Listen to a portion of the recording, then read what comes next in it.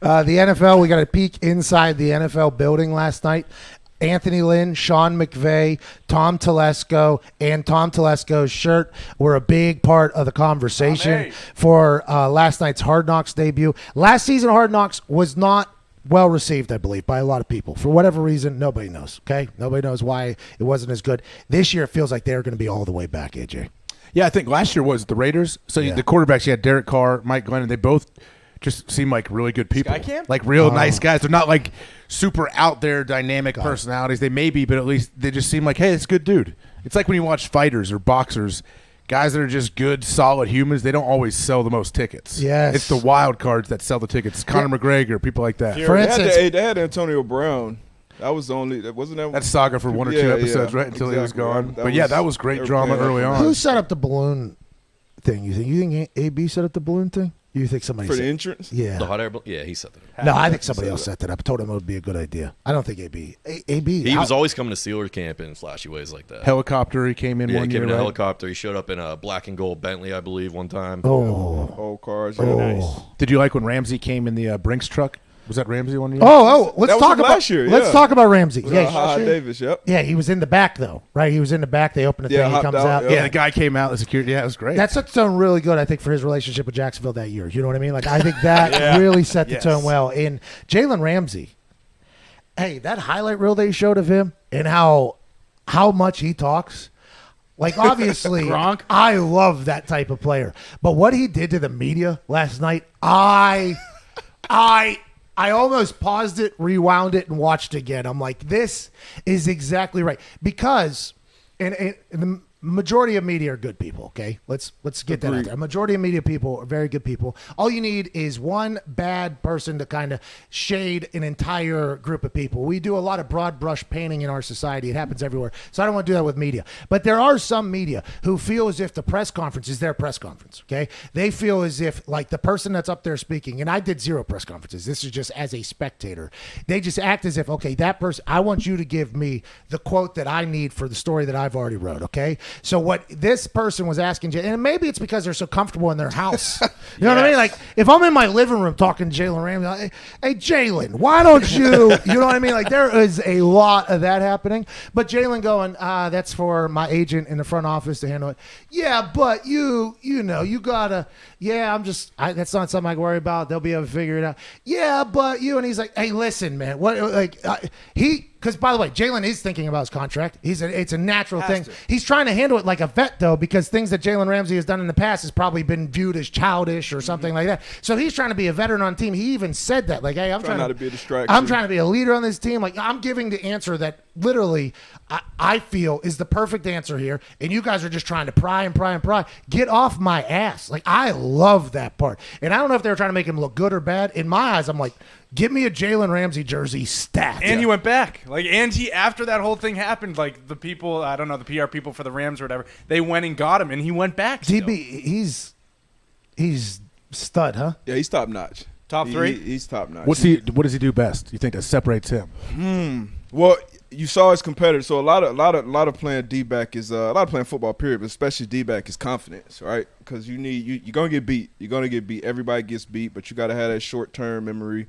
come back, and obviously you saw his confidence. You saw him talking. You could talk some guys out of the game like that, but he competes, man. He competes. He's a freak athlete. He's long. He can move. Kind of along the same Julio Jones. Like, he's big, but he can still move like a little guy. So he can do a lot of things, man.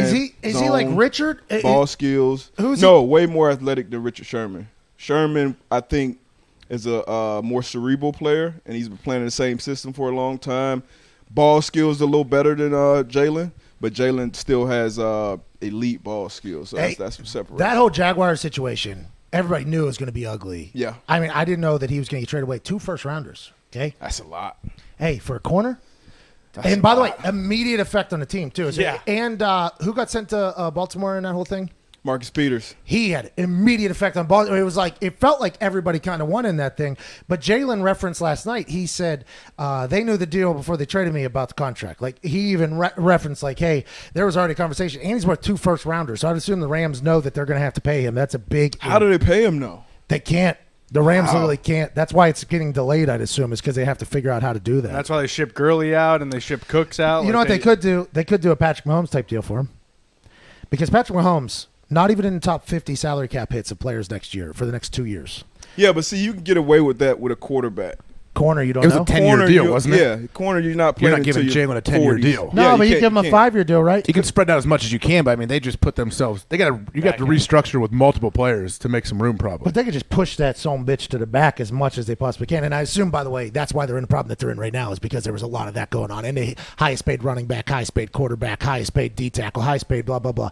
And that, a lot of the players kind of get painted in a bad light sometimes. You're like, oh, look at they're too much money. They're so expensive, blah, blah, blah. It's like, who put the contract together? Like, that's their job. Hey, player's job is to play and get the money that they can get. That's their profession. In a very, very short window, too. Get as much as you can. The GM and whoever's putting the contracts together, like that's their job to handle. So whenever I feel like sometimes players get a bad knock on it. They're like, well, too much. You're getting paid too much. It's like, who put the contract? Yeah, what are they going to do? Oh, $80 million is too much for me, actually. You know what? Why don't you take $20 million off of it? Just give me $60. Which, by the way, they do ask. They ask.